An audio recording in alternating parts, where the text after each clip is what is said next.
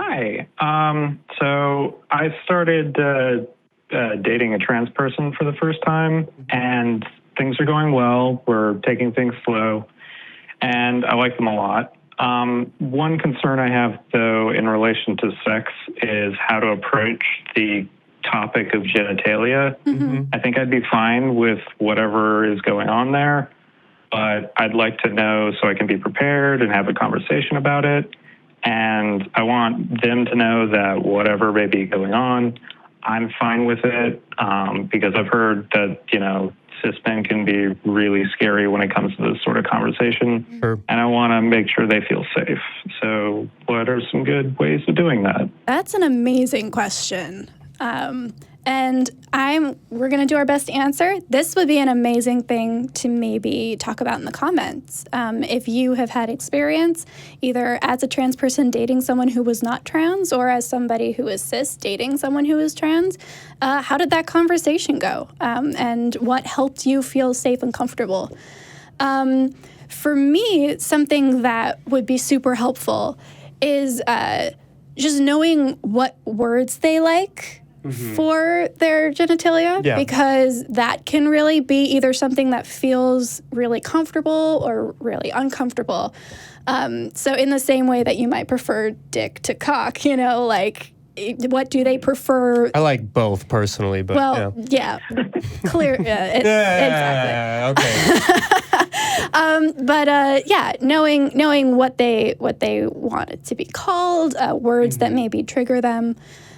So that might be a very easy way to kind of start that conversation and say, hey, as we're talking about this, what are some words that maybe you want me to use while we're having sex? Or what are some words you'd like me to avoid?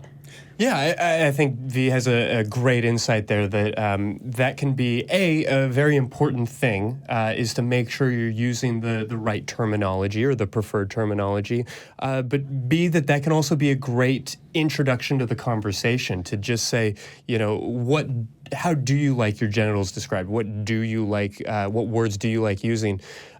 Beyond that, Frank, as not a trans person myself, but as somebody who's sat in the chair you're sitting in with another partner, I would tell you that follow their lead. We unfortunately live in a society where every trans person who dates a cis person has unfortunately probably had very uncomfortable experiences of feeling obligated to come up with a user manual for how to have sex with me. And I recognize that can be very burdensome and very traumatic in certain situations. But at the same time, I would suggest that most generally, trans folks are going to be able and willing and experienced in having that conversation, that this is not going to be the first time that they've talked about these sorts of things. And so being receptive and open and curious, without trying to drive the conversation, without trying to say, I need to know X, Y, and Z, certainly whatever you need to feel comfortable and examining that carefully, but doing what you need to do is one thing, but asking them what they think is appropriate, what information is necessary, and informing yourself, recognizing that whatever their experience has been, whether they are on hormones, whether they have had bottom surgery, whatever their position or status is, that they're functioning, whether it's a vulva or a penis, whether it's a former vulva or a former penis, is going to be different and unique, just like every person is unique. So going into that with something of an understanding of what a penis that has been taking female hormone replacement therapies for years looks like compared to a conventional penis.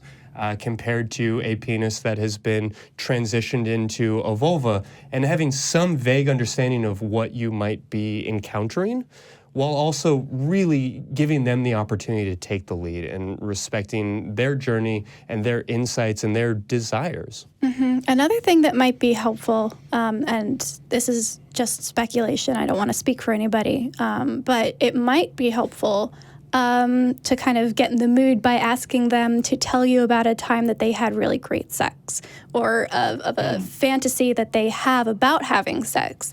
And maybe through that as well, you might be able to gauge a little bit about how they relate to their body, how they prefer a partner to relate to their body.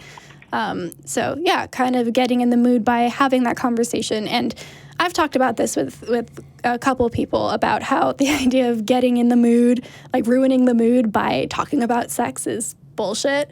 Like if the mood is going to be ruined totally and you're not having sex if you ask about sex, then it wasn't going to be good sex anyway.